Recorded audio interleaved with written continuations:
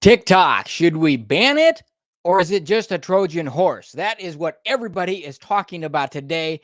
I am so excited to talk to you about this. We got a lot to talk about. We're going to bring you the truth about what's really going on with TikTok. So let's get into it right now. Well, I mentioned that there's a lot we got to unpack here, but it really is very simple.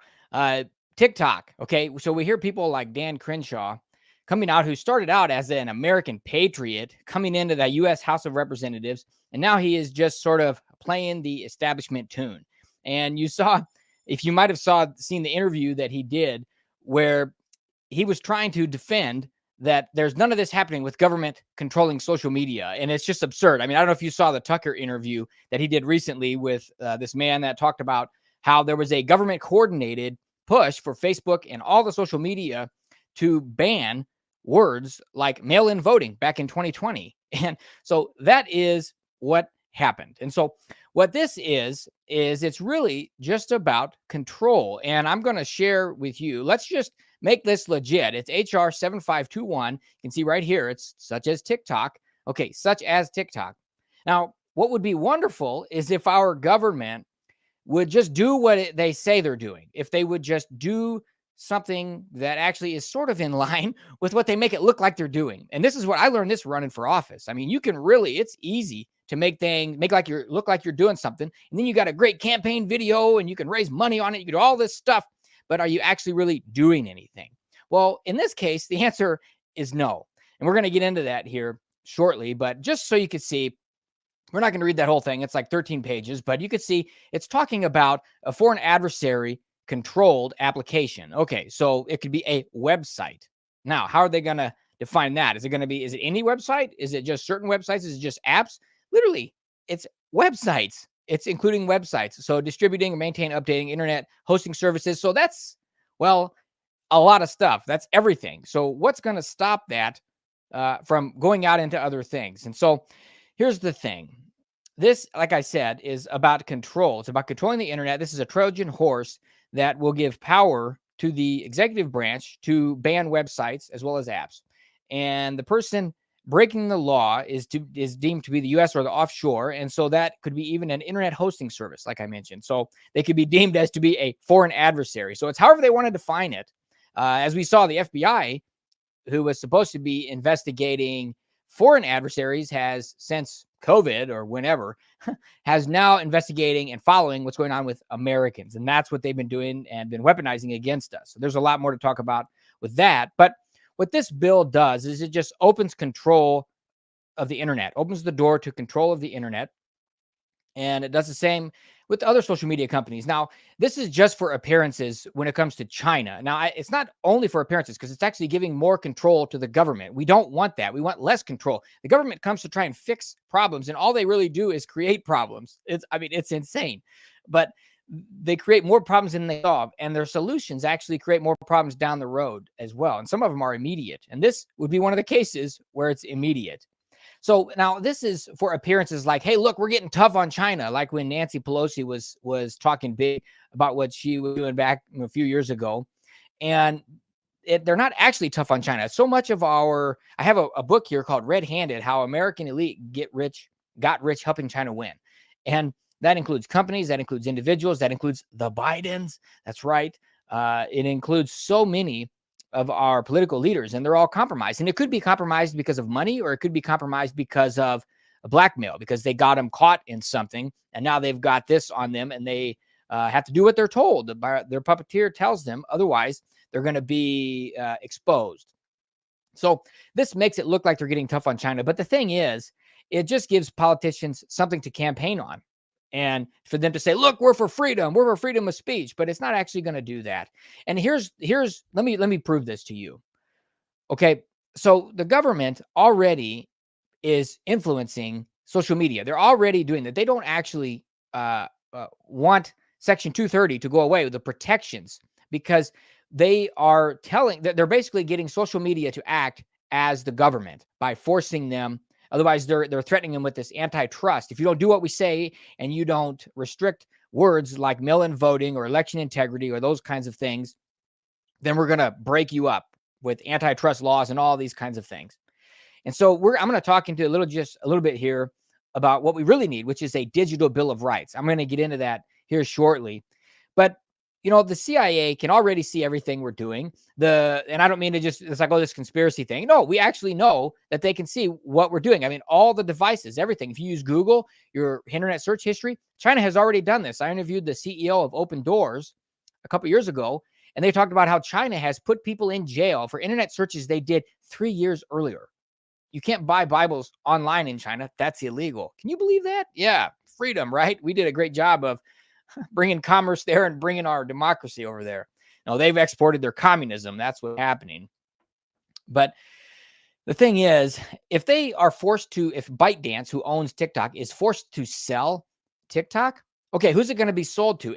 Most likely, it would just be sold to another proxy for China. It would just be another thing that it looks like they're getting tough on China, but really it's just another company that's or a group or investment firm or equity firm or whatever that is also controlled by China. And so, I mean, that's how this works. They have their tentacles in everything.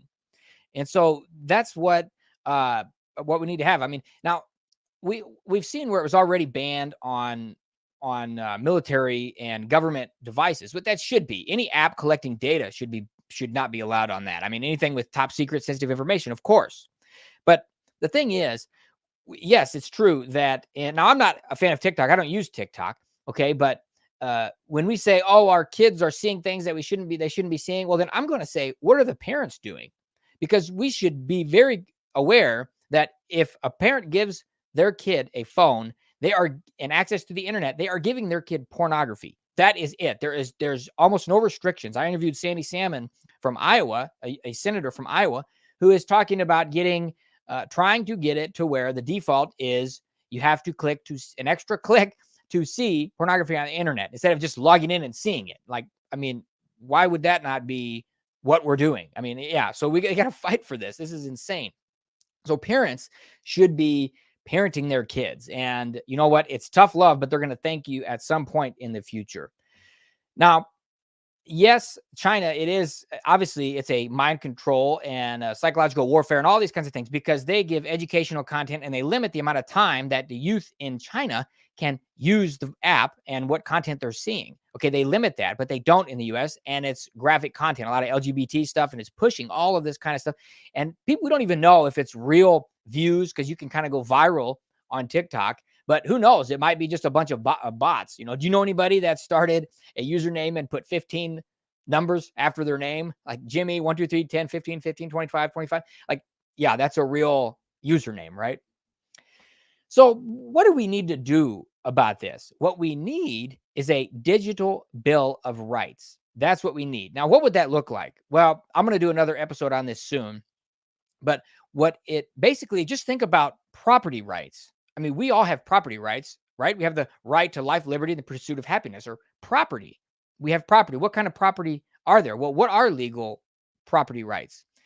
Well, it's rights that are generally referred to the legal rights that individuals or entities have over their possessions. That includes physical property, like land or buildings or personal belongings, and it includes intellectual property, like patents, trademarks, and copyrights. Those are, and I'm going to give you some of the key aspects of property rights, but it's very simple. We should just add also digital property. Digital property. So what does that mean? Well, it could be your digital identity. It could be data. It could be search results. It could be search history. I'm going to get into that in a sec here, but okay. What are some of the key aspects? Ownership. You have the right to own and possess property, and that's through purchase. That's through inheritance, other legal means. You have use. So you have the right to enjoy that property within legal limits, like a house or operating a business on the land that you own. We have disposition. So the right to sell, transfer, or otherwise dispose of. So that's like a right to delete. We start talking about digital rights. We have exclusion. Well, that's a big one. The right to exclude others from using or interfering with the property without the owner's permission. Well, we don't see any of that today when it comes to data, when it comes to our digital life, our digital rights, which we don't have right now. Those would also be rights that God gave to us, right? Our property rights. Those are God-granted property rights, okay? You think God, when he wrote the Bible and all the prophecies and everything that he's done throughout history. He didn't know this was coming. Of course he knew this was coming. That's why it's so simple. It's property, digital property.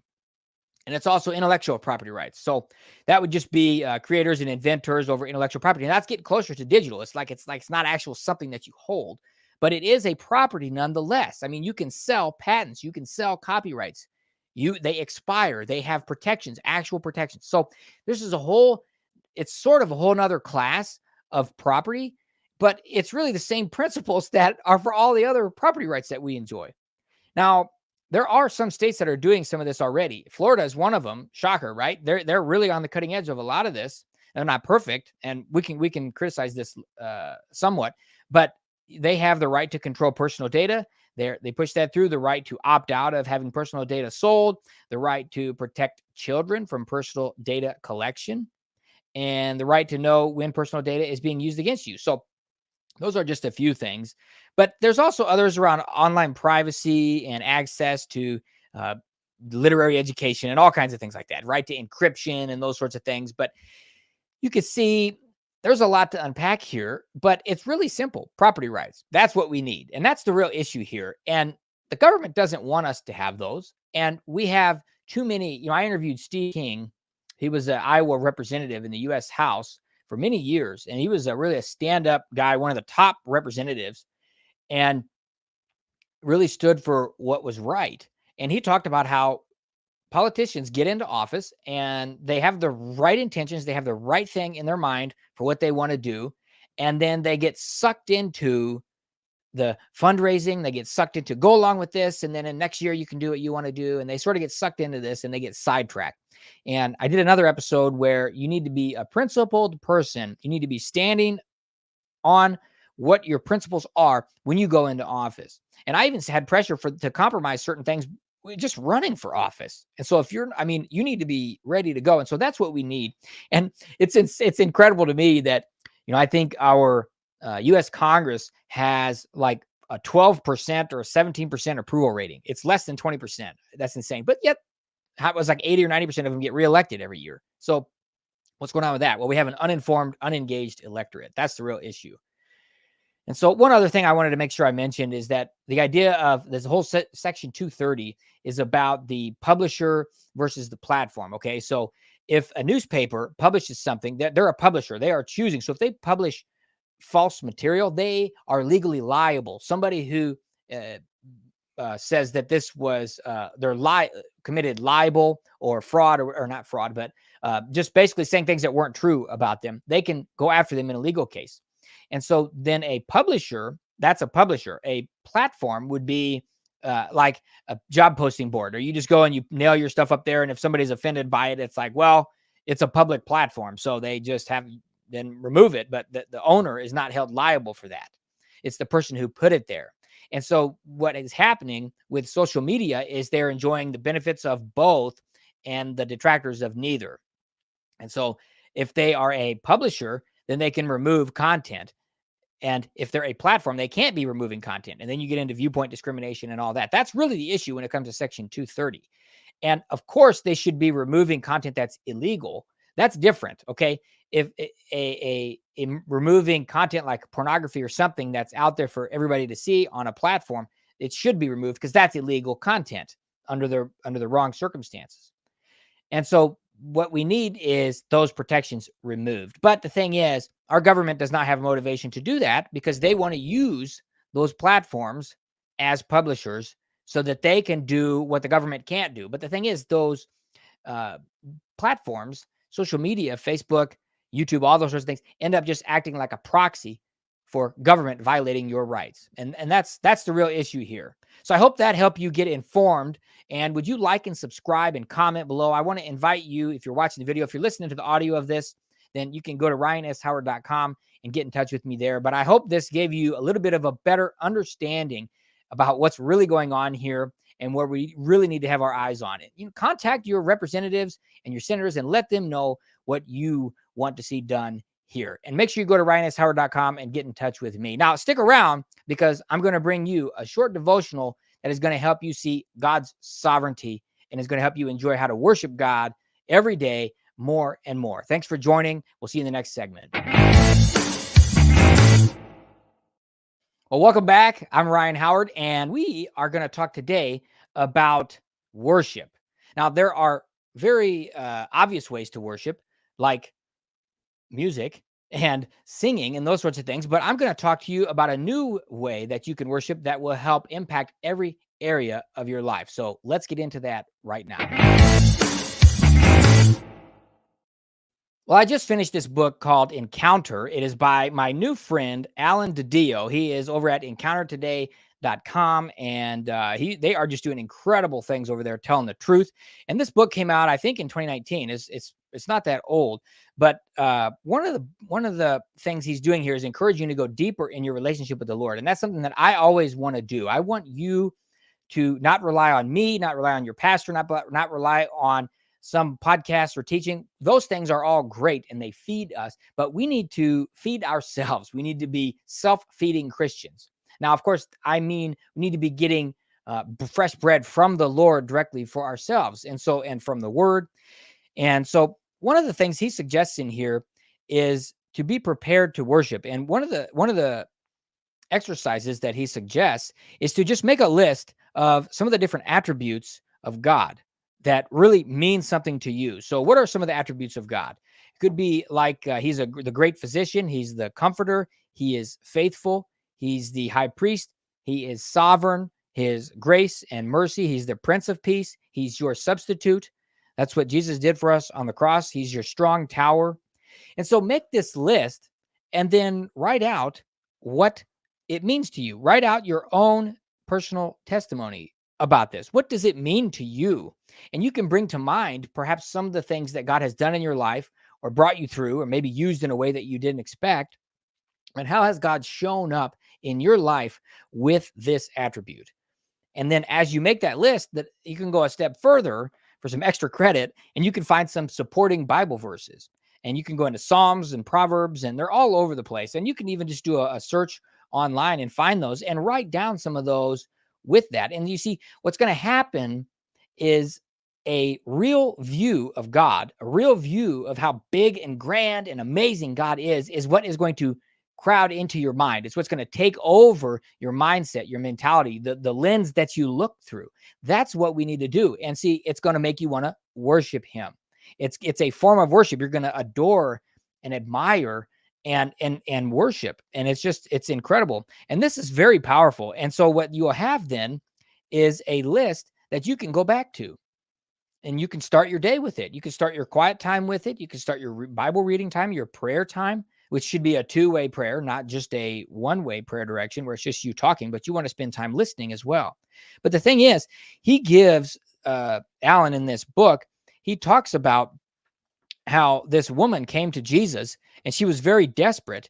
And what happened, and this is in Matthew 15:25-28, and then, he didn't respond to her, but then she worshiped him. And then he responded. And the key difference was that her faith grew because it was released as she worshiped. And that's really what we want, is we want to have our faith growing. Now, what is faith? It's not some fill in the gap thing that we have for things we don't understand. It is trust. It's from the Greek word pistis, which means to trust in or to rely on or to have confidence in. I mean, think about that. The chair I'm sitting in right now, I trusted it. I didn't actually test it before I sat in it. I sat in it because I already trusted.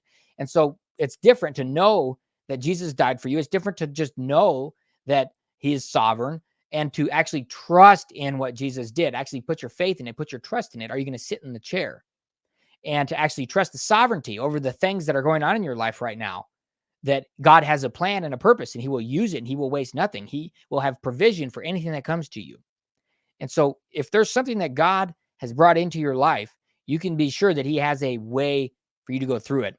But the thing is, it's not going to happen if if you have an umbrella and it's raining out and you can enjoy being super dry under your umbrella. But if you set the umbrella over there and you're walking out around here thinking, what's the deal? I opened my umbrella this morning. Yeah, but you left it over there. Well, yeah, but see, it's the same thing. If you want God's blessings, they happen inside God's boundaries. And if you want God to, he will work everything out for our good, even our mistakes. That's not a license to do whatever you want to do and make mistakes and not be careless. That shows where your heart's at, if that's what you're doing. But if we serve the Lord and we stay under his umbrella, then he will bring us provision. He will take us through. He will waste nothing. And so I want to encourage you to do this exercise. Write down some of those attributes. What are the top ones for you? What are the ones that really have meaning for you? Where has God really showed up in your life? And write those out. And as you do that, I think your heart and your love for the Lord will grow. And that's really going to set you up to grow in your faith, to grow in your walk with Christ. And you can find some verses to go along with that. And it's going to bless you going forward. And you can always go back to it. You can always add to it. You can always add more testimonies. And I think actually, as you start to do this, God is going to show up in your life more and more and more. Actually, he's already showing up a lot. It's a matter of us recognizing that he's there. He's already talking a lot. It's a matter of, are we paying attention? Do we recognize what he's doing, or are we just ignoring what he's saying?